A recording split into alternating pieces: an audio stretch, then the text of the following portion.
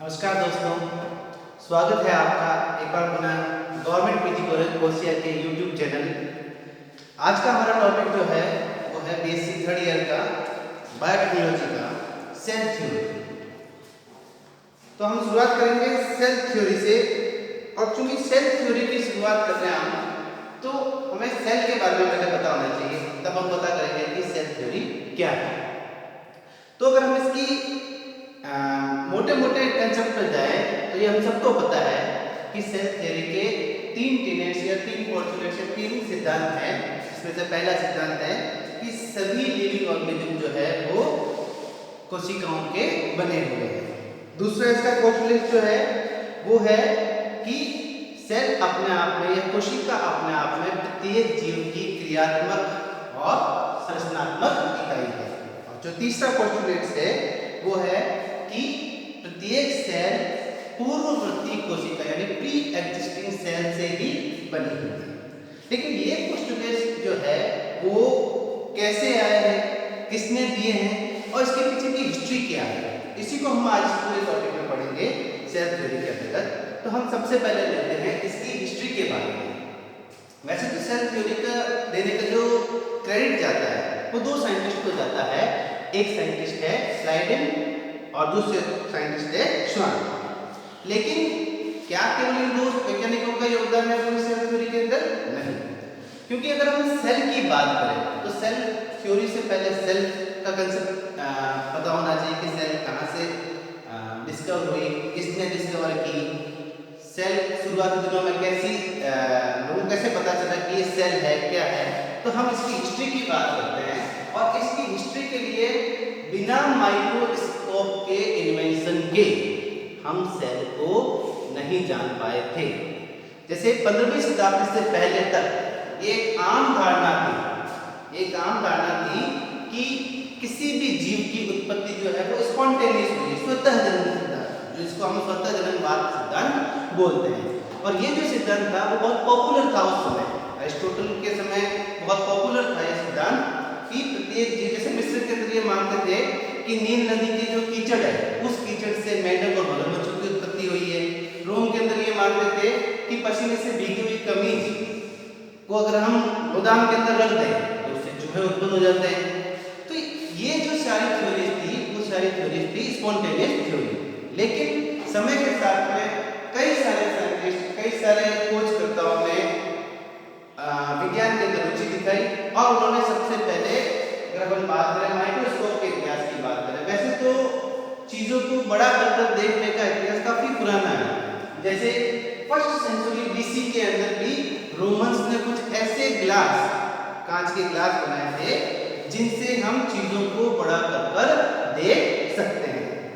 Then उसके बाद में देखें 12th सेंचुरी बीसी के अंदर, 12th सेंचुरी के अंदर एक फ्रेंच व्यक्ति थे सल्विनो डी अल्माटी। इन्होंने आंख के ऊपर लगाने वाला ग्लास बनाया जिससे हम चीजों को बड़ी कर सकते। जैसे आपने देखा हो कभी जो घड़ी साज होते हैं, जो घड़ी को रिपेयर करते हैं, घड़ियों को रिपेयर करते हुए आंख के ऊपर एक छोटा सा कांच लगाते हैं, लेंस लगाते हैं, जिससे वो घड़ी के पार्ट्स को बड़ा कर देख सकते हैं। तो 12th सेंचुरी के समय सल्विनो डी अल्माटी ने ऐसे आई लेसेस ग्लास बनाए। देन अगर हम बात करें एक्चुअल जहां से सेल का कंसेप्ट आया या सेल नाम आया, जो कोशिका नाम है वो नाम आया, तो अगर बात करें रॉबर्ट हुक और एंटोनी वॉन ल्यूवेनहोफ, ये दो वो साइंटिस्ट हैं जिन साइंटिस्टों की वजह से आज हम सेल थ्योरी को पढ़ रहे हैं। इनकी बेसिक जो बेस में है वो ये दोनों साइंटिस्ट है। क्यों? जैसे रॉबर्ट हुक जिन्होंने कोशिका की खोज की, आगे हम पढ़ेंगे कोशिका खोज के बारे में। तो रॉबर्ट हुक जो है उन्होंने कोशिका की खोज की और उन्होंने अपने द्वारा बनाए 1665 में अपने द्वारा बनाए हुए माइक्रोस्कोप में इन कोशिका का वर्णन किया अपनी किताब के अंदर, माइक्रोग्राफिया, उनकी लिखी हुई किताब है माइक्रोग्राफिया। उस माइक्रोग्राफिया किताब के अंदर इन्होंने इसका वर्णन किया है। हालांकि उन्होंने दोनों तरह के माइक्रोस्कोप बनाए थे, एक संयुक्त प्रकार का और एक सरल प्रकार का, दोनों प्रकार के माइक्रोस्कोप बनाए थे। लेकिन उनके द्वारा बनाए हुए माइक्रोस्कोप की आवर्धन क्षमता, जो एनलार्जमेंट कैपेसिटी आवरण क्षमता है वो कम थी। बजाय इसके अगर हम उनसे पहले की बात करें 1648 में ही एंटोनी वॉन ल्यूवेनहॉक जो कि एक डच मर्चेंट थे, ड्रैपर थे, उन्होंने अपने स्वयं के बनाए हुए माइक्रोस्कोप, हालांकि उनका जो माइक्रोस्कोप था वो कंपाउंड माइक्रोस्कोप नहीं था, बल्कि वो माइक्रोस्कोप जो था वो एक सिंपल लेंस से बना था, लेकिन उस लेंस की आवरण क्षमता अत्यधिक थी। अगर देखा जाए तो उस वक्त उसकी क्षमता जो थी वो 270 गुना बढ़ा, बहुत बड़ी बात है। उसमें 1648 के उन्होंने अपने द्वारा बनाए हुए माइक्रोस्कोप जिसमें एक सिंगल लेंस था जिसमें 270 गुना बढ़ा हुआ चीजों को देख सकते थे। तो रॉबर्ट हुक ने अगर अपन बात करें सबसे पहले ये जो सेल जैसी चीज है या सेल का जो नाम है, इस सेल का नाम दिया था और उन्होंने कॉर्क कोशिकाओं के अंदर, बॉटल के ऊपर जो कॉर्क होता है उस कॉर्क के कॉर्क का एक काट कर अनुप्रस्थ काटा था, ट्रांसफर सेक्शन, उसके अंदर उन्होंने कुछ विशेष खाली कोष्ठकों को जैसी संरचना देखी जिसको उन्होंने सेल नाम दिया। तो अभी तो हम बात कर रहे हैं पहले माइक्रोस्कोप की, लेकिन हम इसको डिटेल के अंदर लेंगे अपने सेल थ्योरी के अंदर। देन एंटोनी वॉन ल्यूवेनहॉक ही वो पहले साइंटिस्ट थे जिन्होंने एक्चुअल रूप से सूक्ष्म जीवों या चलते हुए सूक्ष्म जीवों को देखा, या हम कह सकते हैं कि जिसको हम आज लिविंग ऑर्गेनिज्म बोल रहे हैं, कोशिकाएं बोल रहे हैं, चलती हुई कोशिकाओं को सबसे पहले या लिविंग कोशिकाओं को एंटोनी वॉन ल्यूवेनहॉक ने ही देखा अपने द्वारा बनाए हुए माइक्रोस्कोप के द्वारा। देन नेक्स्ट आता है 1865 में कार्ल जेस ने, जिन्होंने कंपाउंड माइक्रोस्कोप जिसको हम आज का वर्जन देखते हैं, इस तरह के कंपाउंड माइक्रोस्कोप बनाने शुरू हुए। और समय धीरे धीरे हम देखते हैं कई सारे साइंटिस्ट जैसे ऑटो स्कॉट है जिन्होंने आज का जो संयुक्त सूक्ष्मदर्शी है उस संयुक्त सूक्ष्मदर्शी को डेवलप करने में महत्वपूर्ण भूमिका निभाई। लेकिन इन सभी शुरुआती साइंटिस्टों के द्वारा बनाए गए माइक्रोस्कोप में हम चीजों को 400 गुना बड़ा तक देख सकते थे, लेकिन सेल्स के अंदर के ऑर्गेनिज्म जो है, कोशिकांग जो है, उन कोशिकांगों को हम नहीं देख सकते थे, क्योंकि ये जो कोशिकांग थे वो वेवलेंथ से आकार में छोटे थे, जो वेवलेंथ है प्रकाश की किरणें उनसे आकार में छोटे थे। इस कारण से ये संयुक्त सूक्ष्मदर्शी में हम कंपाउंड माइक्रोस्कोप के अंदर सेल ऑर्गेनिज्म नहीं देख सकते हैं। देन 1920s के अंदर इस समस्या का समाधान हुआ जब इलेक्ट्रॉन माइक्रोस्कोप का आविष्कार हुआ, क्योंकि इलेक्ट्रॉन माइक्रोस्कोप वेवलेंथ की बजाय इलेक्ट्रॉन किरणों को काम में लेते हैं, इलेक्ट्रॉन रेस को काम में लेते हैं, जिनकी साइज जो है वो इन सेल कंपोनेंट से भी छोटी थी। इस कारण आज की तारीख में हम जो सेल के डिटेल स्ट्रक्चर देखते हैं वो किसके द्वारा संभव हो पाया, केवल और केवल इलेक्ट्रॉन माइक्रोस्कोप के आविष्कार के बाद ही संभव हो पाया। तो अगर हम सेल थ्योरी की हिस्ट्री के अंदर जाए तो बिना माइक्रोस्कोप के या बिना सूक्ष्मदर्शी के इन्वेंशन के हम आज सेल थ्योरी को समझ नहीं पाएंगे या सेल के कंसेप्ट को समझ नहीं पाएंगे। देन एक्चुअल बात करते हैं सेल की बात, ये सेल का कंसेप्ट कहाँ से आया, उसके बाद सेल थ्योरी आई, लेकिन पहले सेल का कंसेप्ट आया कहाँ से। तो अभी अपन ने बात की थी कि रॉबर्ट हुक 1665 के अंदर रॉबर्ट हुक ऐसे साइंटिस्ट थे जिन्होंने अपने बनाए हुए माइक्रोस्कोप के अंदर कॉर्क कोशिकाओं को, अब कॉर्क क्या है, अभी अपन देखेंगे कि आज की टाइम में जो बॉटल्स के ऊपर कॉर्क होते हैं वो कैसे हैं, रबड़ के कॉर्क होते हैं, लेकिन हम बात कर रहे हैं कब 1665 की। उस समय बॉटल्स के ऊपर जो ढक्कन या कॉर्क लगाया जाता था वो कॉर्क किसका होता है, लकड़ी का बना हुआ होता था। और चूंकि लकड़ी कैसी है, एक लिविंग ऑर्गेनिज्म से बनती है, पेड़ से बनती है, पेड़ पौधों से बनती है, तो वो जो कॉर्क था उस कॉर्क का उन्होंने अनुप्रस्थ काटा और उसको अपने बनाए हुए माइक्रोस्कोप के अंदर देखा, और वहां पर उन्हें जो संरचना दिखाई दी वो संरचनाएं कैसी थी, छोटे छोटे खाली कोष्ठकों जैसे, इस तरह से बिल्कुल, चूंकि वो मृत लकड़ी थी, वो प्लांट की मृत लकड़ी थी, तो उन्हें केवल सेल वॉल, उस वक्त सेल वॉल ही दिखाई दी, सेल वॉल से गिरी हुई छोटी छोटी संरचनाएं जो कि बिल्कुल खाली थी। और चूंकि ये जो सेल वर्ड है, ये सेल वर्ड एक लैटिन भाषा के वर्ड से बना है जिसका मतलब होता है छोटे कमरे।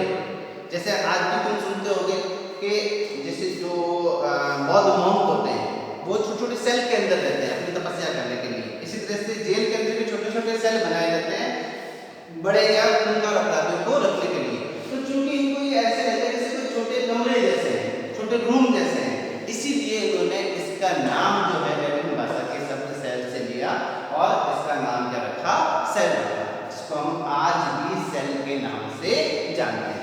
लेकिन चूंकि उनके द्वारा बनाए हुए माइक्रोस्कोप की आवर्धन क्षमता बहुत ज्यादा नहीं थी, इसलिए उनको सेल के अंदर का प्रोटोप्लास्ट दिखाई नहीं दिया।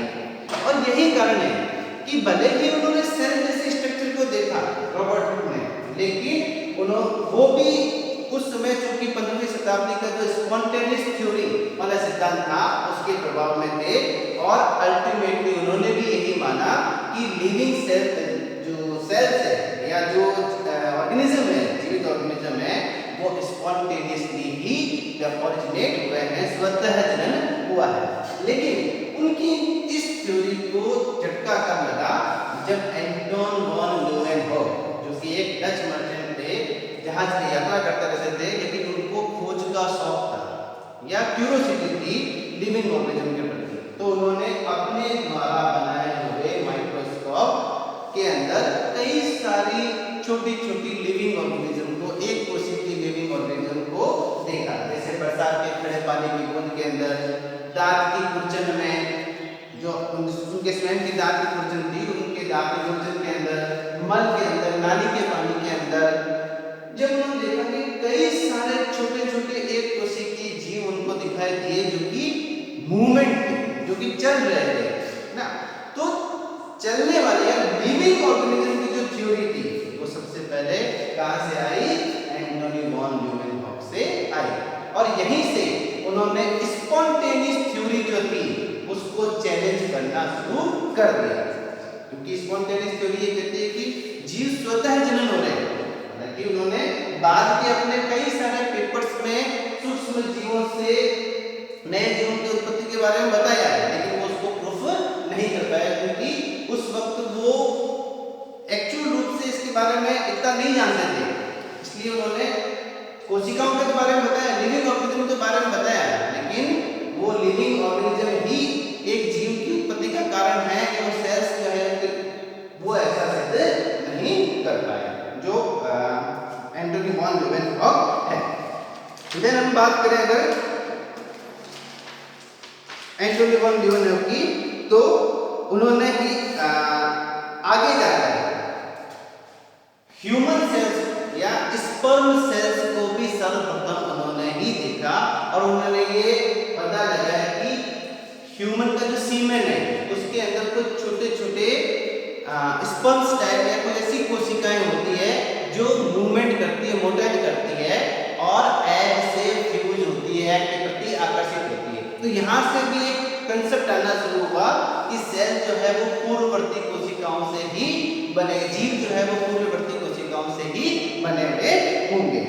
देन अगर हम बात करें एक्चुअल रूप से, तो ये जो फंडामेंट है ऑर्गेनाइजेशन का, ये फंडामेंट सेल के ऑर्गेनाइजेशन का है, इसको बाद में हेनरी ड्यूट्रोचेक साइंटिस्ट है जिनका कहीं उल्लेख नहीं आता है, बहुत ज्यादा उल्लेख नहीं आता है, लेकिन उन्होंने भी अपनी एक पोस्टुलेट दी थी, एक सिद्धांत दिया था कि the cell is the fundamental element of an organisation, यानी कि कोशिका जो है वही किसी जीव के संगठन की इकाई है। लेकिन इस चूंकि हम श्रेय किसको देते हैं, साइक्लोस्वान को श्रेय देते हैं, तो इनका नाम कहीं इतिहास में दब गया या इनका इतिहास के अंदर नाम दब जाता है। इसी तरह से दो साइंटिस्ट और हैं, इन 1804 के अंदर दो साइंटिस्ट थे, कार्ल रुडोल्फ एंड JHF लिंड। इन दोनों ने भी जो प्रॉब्लम थी, क्या प्रॉब्लम थी कि सेल की प्रकृति क्या होगी, सेल की नेचर क्या होगी, इसके बारे में उन्होंने प्रकाश डाला था उस वक्त। लेकिन इनका भी योगदान कहीं छुप गया इतिहास के अंदर, क्योंकि जो मेन थ्योरी दी गई थी वो दो साइंटिस्टों ने थ्योरी दी थी और उनका ही नाम आज हम सब जानते हैं। तो अगर हम सेल थ्योरी की बात करें, जो एक्चुअली आज हमारे सामने है सेल थ्योरी, ये सेल जो थ्योरी है, उन सेल थ्योरी को देने का जो क्रेडिट जाता है वो क्रेडिट इनका नाम है थियोडोर स्वान और दूसरे हैं मैथ्यूस जैकब स्लाइडेन।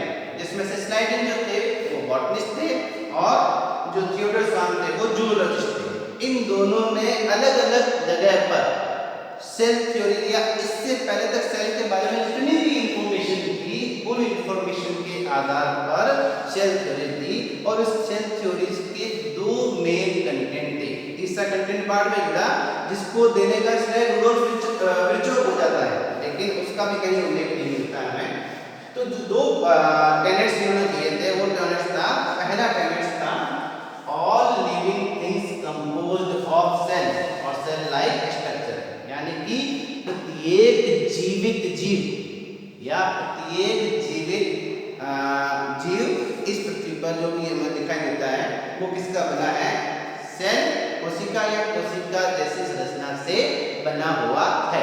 और जो दूसरा टेनेट्स था इनका, जो दूसरा सिद्धांत था वो था the cell is most basic unit of an organism, यानी कि सेल ही किसी जीव की संरचनात्मक और क्रियात्मक इकाई है।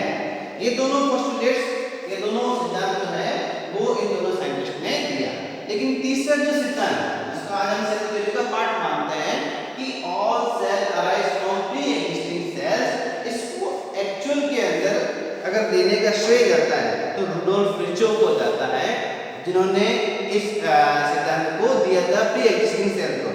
हालांकि उससे पहले रुडोल्फ विर्चोव से पहले, क्योंकि तीन साइंटिस्ट थे रुडोल्फ विर्चोव, रॉबर्ट रेमैक एंड अल्बर्ट कोलिगर। क्योंकि स्लाइडेन और स्वान ने भी चाहे ये दो टेनेट में दिए थे, लेकिन एक चीज उन्होंने मानी थी कि सेल की प्रकृति के बारे में नहीं पता था सेल कैसे ओरिजिनेट हो रही है, तो उन्होंने क्रिस्टलाइजेशन थ्योरी दी कि सेल जो है वो क्रिस्टलाइजेशन थ्योरी के अकॉर्डिंग बनती है।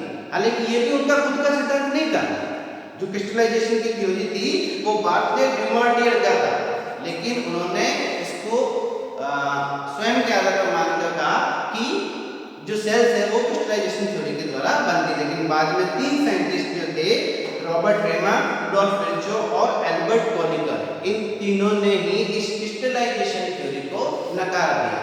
और जिसमें से जो रुडोल्फ विर्चोव है उन्होंने इसका तीसरा टेनेट्स दिया, वो था जिसको लैटिन भाषा के अंदर बोलते हैं ओमनी सेलुला असेलुला।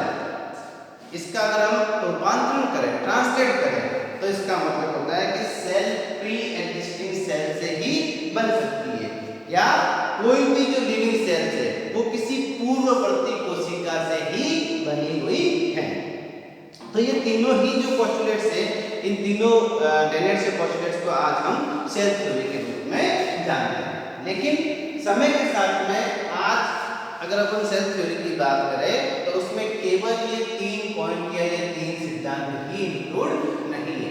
अगर अपन मॉडर्न सेल थ्योरी की बात करें, आधुनिक सेल थ्योरी की बात करें, तो उस आधुनिक सेल थ्योरी के अंदर कुछ टेनेट्स और जोड़े गए हैं जो सेल थ्योरी की या जो सेल का कंसेप्ट है उस कंसेप्ट को बहुत अच्छी तरह से एक्सप्लेन कर सकते हैं। तो जो चौथा टेनेट्स है वो टेनेट्स जोड़ा गया है, कौन सा?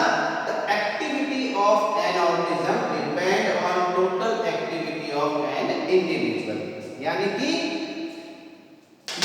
ये जो टेनेट्स है, चौथा टेनेट, ये एक्चुअली बहुकोशिकीय जीवों पर आधारित है, लागू होता है, जिसके अंदर ये बताया गया है कि किसी जीव की एक्टिविटी है, जो भी वो फंक्शन करता है, कार्य करता है, वो उसकी इंडिविजुअल सेल की एक्टिविटी के ऊपर डिपेंड करता है। यानी सारी इंडिविजुअल सेल का फंक्शनल या फंक्शन करकर कोई एक जीव की जो है वो एक्टिविटी कर सकता है।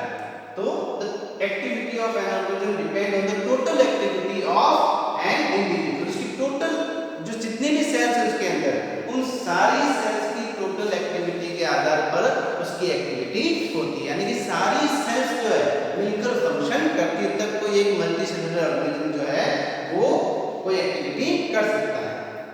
देन पांचवा जो टेनेट्स जोड़ा गया है इसके अंदर मॉडर्न सेल थ्योरी के अकॉर्डिंग, वो है energy flow occurs within cell. यहाँ एनर्जी फ्लो का मतलब है मेटाबॉलिज्म, यानी कि जो भी मेटाबॉलिज्म